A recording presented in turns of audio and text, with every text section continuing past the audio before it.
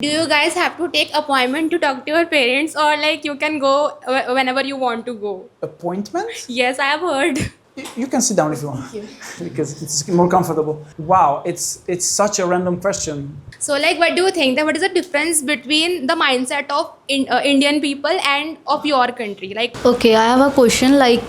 You are currently visiting Uttarakhand. So, what's your opinion about Uttarakhand and all? Yes, so based on the little I have seen only, is Dehradun and here, I see it as a peaceful state, and well, the weather is quite hot, which I can cope with. The food is quite nice. I'm not a vegetarian, but this way I'm learning about something new, and also the culture, because of the Ganga and then being an ancient town, something is there for everyone, and architecture, the spirituality, and then eventually I will go up to the hills and see a different side of Uttarakhand. Okay. So there's so much to see. I would probably need more than 2 months to discover everything in detail. Yes. You should. All right. So my question is to you, I want to know something about your country. Like in your schools, how many school hours do you have? And also in high school, do you guys have to choose subjects? Like here we have to, students are divided in science, commerce and all. So in your country, do you guys also get divided in those subjects? Okay. So the question is about the high schools. Yeah. Yes. What I chose back in the day was media and film and languages. You can sit down if you want, because it's more comfortable. So I really enjoyed media. That teacher was teaching us more than just the subject itself. He taught us how to question reality, to read between the lines a bit. So he was teaching us how to think. Plus, it's media, so we were analyzing like a lot of Hollywood classics and some art projects we were doing, writings and essays. So I really enjoyed that. And this is, up to this day, I have a profound love for film, cinema, and yeah, media in general. So we had that. Others chose maybe chemistry, biology, whatever they fancied. And also I was lucky enough that our English teacher was, even though it was high school, but his other job was in a university, so the quality was really high. And with him we would have some classical literature, Edgar Allan Poe, Shakespeare, T.S. Eliot, some lyrics as well. So yeah, that was something a bit outside the norm, I would say. And yeah, and then at that point, when I could choose a second language, we had only the option of Russian, German, French, and Italian. So out of these four, I chose Italian, which it wasn't the best choice. That teacher was not as good as should have been, but next year, Spanish was an option, and I would have chosen that. Later in life, I learned Spanish on my own, but yes, so languages work like that. And I think right now, many years passed, probably more languages are available, maybe Chinese, Korean, who knows? I don't follow that high school as much anymore. Yes, that's it in a nutshell.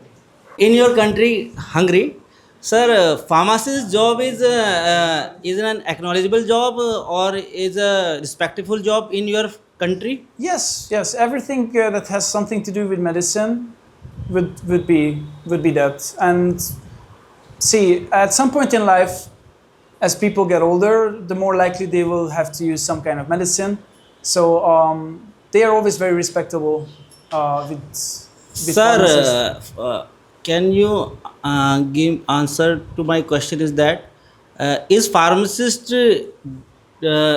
prescribe the medicine in your country? So what is the procedure for prescribing medicine? Wow, it's such a random question. I'm happy to hear that actually, but yeah, certain medicines it's gonna come prescription free. Others that you would need the doctors. So yeah, this is the process. You experience the symptoms, Okay, what to do? You probably Google it.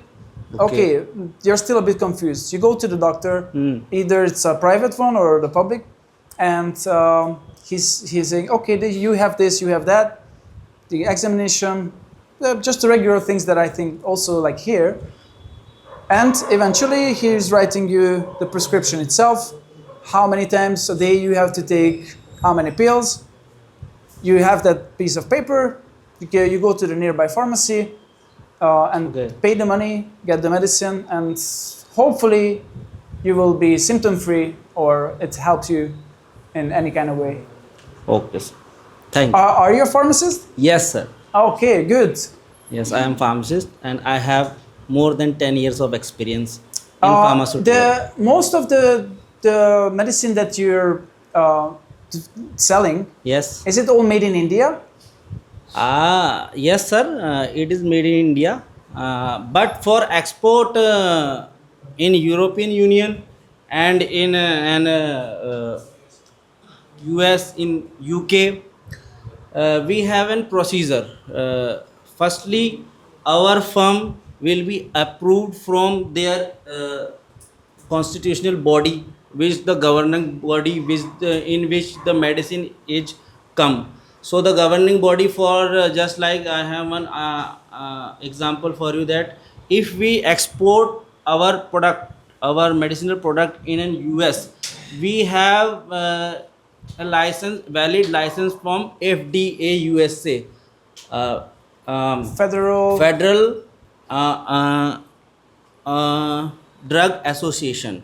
Okay, right. Yes, FDA is an governing body which give us approval to audit our site and see what is going over there. And after that is the procedure we have followed. Just they want to us, and the guideline which for the particular product in which the those tests are, those technicality are there in the pharmaceutical field in our country. They audit us, and after certification we will be able to manufacture the product for their respective country And then do the shipping, yes. and shipping also. Okay. And same procedure for another country. But but some country like in our pharmaceutical field, other country called ROW is called rest of the world. Rest of the world, in which European Union is not come, US is not come, and UK is not come. But other than all country are in rest of the world category. So after that we are making medicine from their approval, but their approval is not strict as per US FDA. Yes, yes. So we are able to manufacture our product. Gujarat, Yes. that's what he was doing. He was importing medicines Okay. to foreign firms, and yeah, he said it's very, very profitable. Yes, very, sir. Because like the same pill in Same the pill West in- might cost like 20 times 20 more. times more than. Yeah. Just like if you have a disorder like flu symptom, and you have suffering from tuberculosis, TB, some examples. So in India, those medicine are made in very sustainable, in a very small price. But after when we export those medicine in European Union and other country, the medicines cost is also very Yes. high. I got a question. Like when it was the COVID, was there a locally developed medicine for it, like made in India COVID shot? Covaxin and Covishield is the Okay. two vaccines. So all of you took that? Yes. Okay. Yes, sir. And how was it? Like it?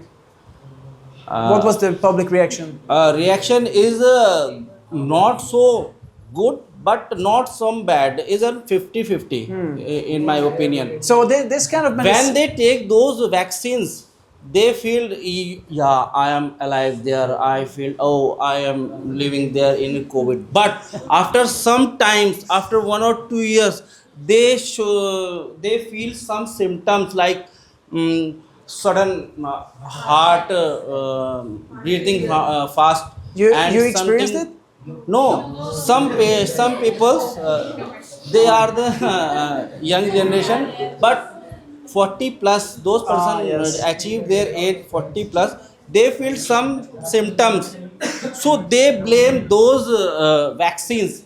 Due to this vaccine, I have suffering this type of issue. This is the main problematic cause. In those time when I am not taking those vaccine, I am still healthy today. So this Yeah. is the public reaction. Yes, sometimes. Yes, I know. The nature is like that. We had to take it. There was no choice. So I was taking antibiotics, Okay. and uh, I met a doctor in Shimla who said that if you take too much antibiotics, that it might just kill some. Your gut will be Yeah, in he said your gut flora will be disturbed very immensely. yeah. So then after I was taking probiotics. Yes, probiotic smooth your guts Yeah, efficiency and and ever since then I'm fine. okay. Good question. Thank you. So based on your experiences of your life, what advice you want to give to to us? It's very broad. Is there something a little bit more specific? Like about life, about your experiences, like what do you learn from your experiences, like from Okay, your life? it's somehow to overcome fear. Just have to do it. It's something you cannot really expect to come from, and it has to come from within. And you can seek those answers elsewhere, but it might just give you a bit of momentary comfort. And the best is to like go away from your comfort zone and face it. So yeah, it's just it, and any moment can be the opportunity. Don't really wait for it. Don't plan that. Oh, I will reach this kind of level of confidence in 3 months, and then I do it. No, it's right away. You should. And I have one more question. So like what do you think that what is the difference between the mindset of Indian people and of your country, like what's the difference? I think here people definitely are more optimistic about the future because what happened in the West, we had our peak years in the 90s and until like mid 2000 and 2007-8 there was the financial crisis, and that's when I reached my adulthood. So I wasn't really born in the right time, so to speak. But it feels like yeah, in some ways Europe is declining with the standards of living. It's still okay, but it's not as good as it used to be. So the new generations like Gen Z and Gen Alphas, they're gonna face that. Maybe they didn't know how things used to be, but if they look back and in history, they will see, oh, our parents could afford this and that, and by like before 30, they would buy their own houses, and now you must take a loan to do that, even with a decent salary. So, and here I think I hear stories of people building houses for their parents. In the West, no chance. I have heard that people in Europe started earning by themselves after 18. Is it true? Yeah, it's like if you find a right field, even as a working student, you can support yourself. Especially in like I'm not really from the West because Hungary I don't really consider first world. It may look as if it is, but no. Like the West comes like kind of like next door, Austria, Switzerland, Germany, and all. And in those countries, sometimes the state gives you so many benefits. Just because you're a citizen, you will get like a bunch of money each month, which is crazy. Like in France, or if you have some kind of handicap, you will get a free apartment. That's just crazy. That level of welfare state, it's yeah, it's something to envy a bit. But it also creates a problem that certain people rely too much on that, and instead of like advancing in their career, they just find ways like how to hack the system and almost exploit this welfare state. Do you guys have to take appointment to talk to your parents, or like you can go whenever you want to go? Appointment? Yes, I have heard. Like you have to ask your parents. Like in India, we are living in a joint family. So like we are living with our parents and we are very open with them. But like in foreigners, there are no more nuclear family. Like you are not living with your parents. So like, is it feel any gap between you and your parents? So let's say I moved out from my parents around I was 18, and there was no like appointment. Appointment is just like I would tell my mom, "Hey, you want to meet now?" or just like I wouldn't call it an appointment. It wasn't formal, but in like the proper West, some places, England and USA, parents would try to kick the kids out when they reach adulthood and they think like, oh, he can manage a way to support, and if they stay, they will charge some money for living, like for the accommodation, which is very weird to me. In my part of Europe, this would never happen. It's like if the kid is earning so well, the parents might ask them to chip in, with like there's a big shopping, but it's not like it's not gonna be formal like that. Okay. But there are some trends like in Italy, like because of their economic struggle, some of the young kids started to move back to their parents because they just realized like I might as well live with the parents instead of trying to like struggle on my own, and before they are married. But that's the thing, like a married couple, it's very unlikely that they would live together with parents and grandparents, like sometimes 3 generations would do here. Philippines as well, they're like that. But no, young people would rather have some privacy. Yeah, that's it.